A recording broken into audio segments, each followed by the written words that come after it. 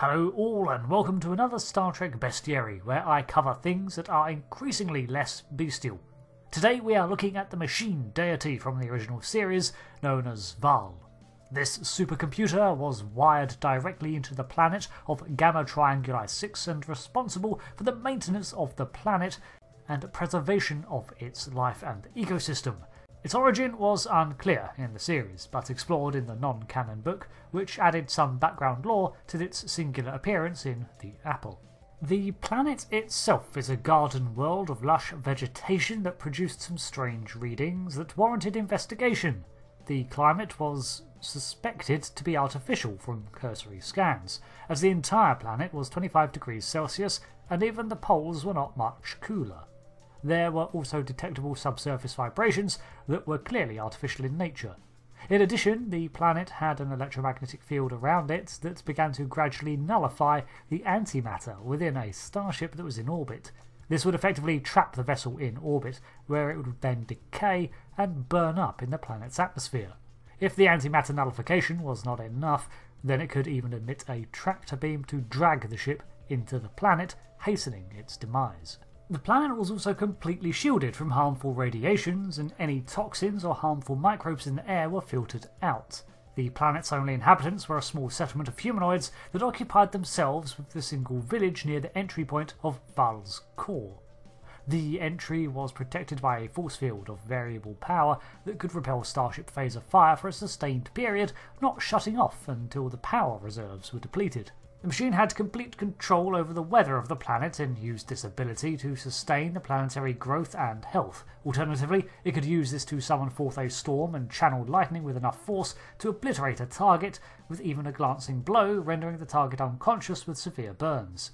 Additionally, Vaal could produce a scattering or dampening field of enough power to blanket the system, preventing transport and low-power communications, although ship to ground was still possible.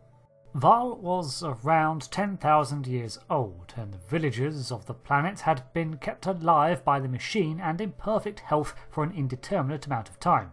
However, this status quo was being maintained in balance for centuries, and Vaal allowed for no alteration to this delicate state.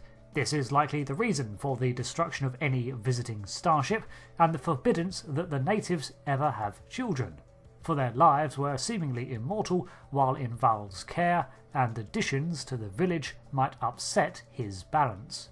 The machine was deep within the planet's crust, but communicated through the eyes and mouth of Vaal, an individual known as Akuta, who had been implanted with cybernetics to facilitate communications with the machine.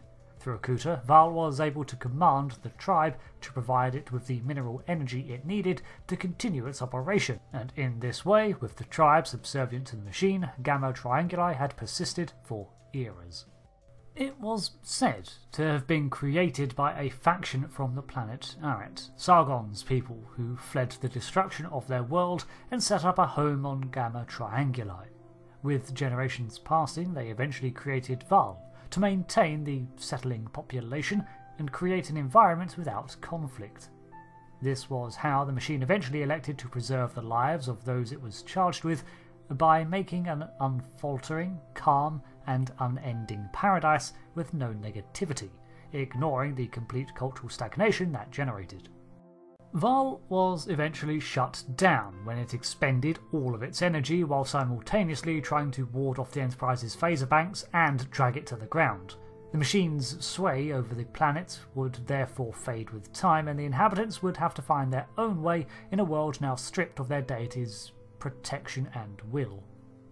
However, it never actually was damaged, and there always remains the possibility that it could be reactivated, perhaps one day, to learn from it and study.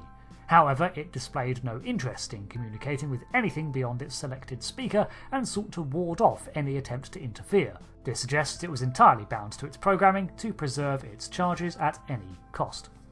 So that is the history of Vaal. Its origin, as a construct of Sargon's people, is not canonical, and in my opinion does not line up well enough timeline-wise to really fit, but the motive of wanting to prevent the destruction that befell them from happening again could lead to such a machine being fabricated, and its long-term cold determination that absolute order and balance was required would stifle so much of a culture.